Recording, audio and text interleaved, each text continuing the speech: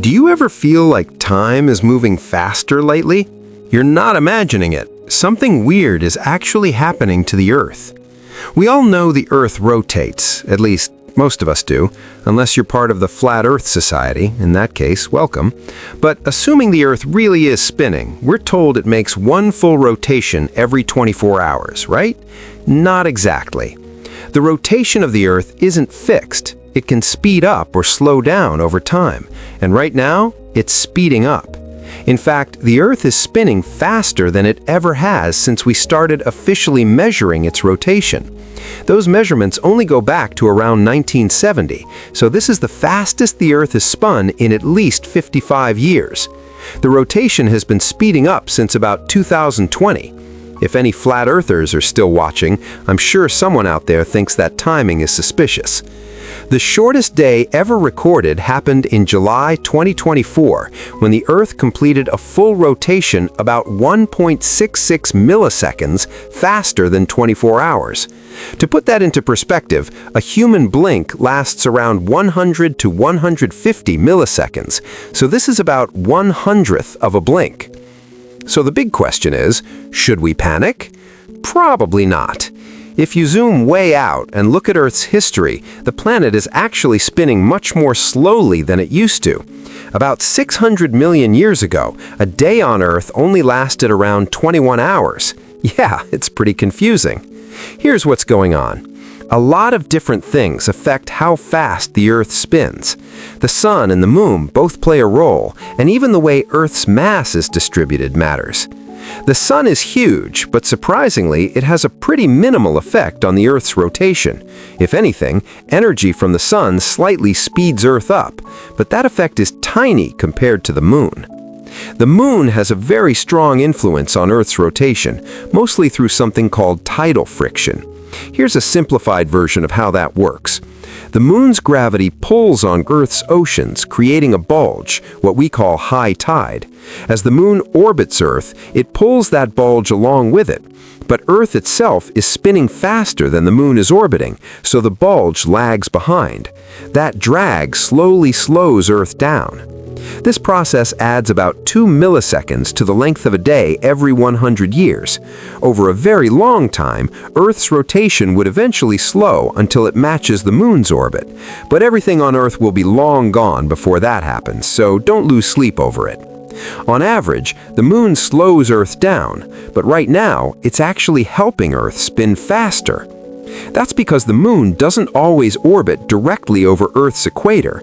Sometimes it moves closer to the poles. This is called declination.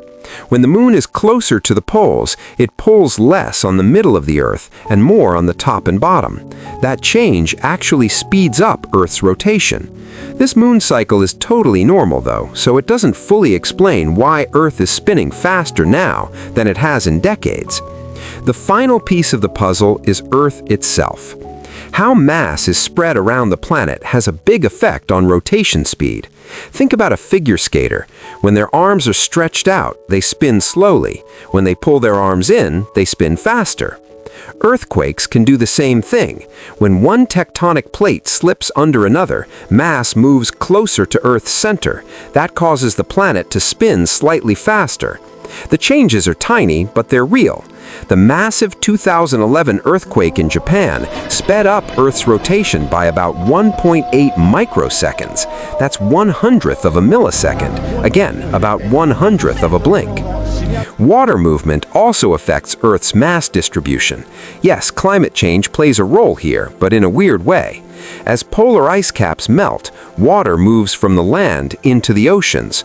When water shifts from the poles toward the equator, it should slow Earth down, like a skater stretching their arms out. But there's a bigger effect. Those ice caps are massive, and their weight actually squeezes the Earth slightly, making the planet bulge around the middle. When the ice melts and that weight spreads out more evenly, Earth becomes more spherical. The arms pull in, and Earth spins faster. So what does all this mean? Well, since the Earth has generally been rotating slower over time, we've been adding leap seconds to the standard day in order to keep it in sync with the Earth's rotation.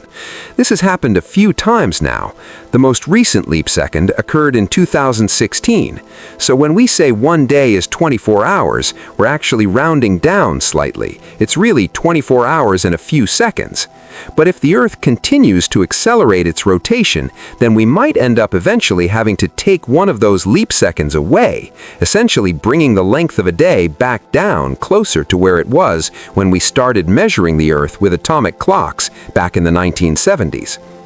Unless you work on GPS systems or critical timekeeping software, this probably won't affect your life at all. There are way more serious things happening on Earth. This one is just interesting. Now for something really cool. NASA just released footage taken from inside the Sun's atmosphere. The video was captured by a spacecraft called the Parker Solar Probe. What you're seeing is the Sun blasting electrically charged particles into space. The big cloud-like shapes are part of the corona, the Sun's outer atmosphere. Everything rushing past the camera is the solar wind. The solar wind is a constant stream of charged particles that race through the solar system, creating what we call space weather. Earth is mostly protected by its magnetic field, but sometimes a massive chunk of the corona gets launched into space in an event called a coronal mass ejection. When those hit Earth, they can create beautiful auroras, and if they're strong enough, they can disrupt power grids and communication systems. We've known about this for a long time, but this is the first time we've seen it up close. The Parker Solar Probe was launched in 2018, and it had the goal of reaching closer to the Sun than any man-made object. It would essentially be the first thing to touch the Sun. That happened when the spacecraft made its first close approach to the Sun in 2021, when it entered the corona for the first time. Then the probe would fly out to Venus, where it would use the planet's gravity to slingshot itself back towards the Sun, getting closer and closer to the star with each pass. Right now, the probe is just over 6 million kilometers from the Sun's surface, well inside the corona. This is as close as it will get. It doesn't have enough fuel to keep adjusting its orbit, but it's already moving fast enough to avoid falling into the Sun. It will keep making close passes and collecting data as long as it can. Scientists are trying to answer some big questions. One of the strangest mysteries is why the Sun's surface is much cooler than the corona. The surface is about 5,500 degrees Celsius, but the corona reaches millions of degrees. You'd expect the heat to come from the center, but it doesn't. There's also the mystery of the solar wind. We know it exists, but we don't fully understand what creates it or what accelerates it into space. Even if we can't solve that completely, we want to get better at predicting solar storms. Right now, we usually don't know a coronal mass ejection is coming until it's already on the way. That doesn't give us much time to prepare.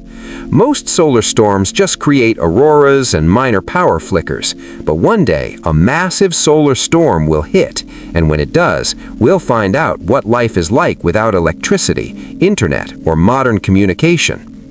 So to sum it all up, don't worry about Earth's rotation. It's fine. Do worry about the Sun. It might kill us all someday. We probably can't stop it, but at least now we might see it coming.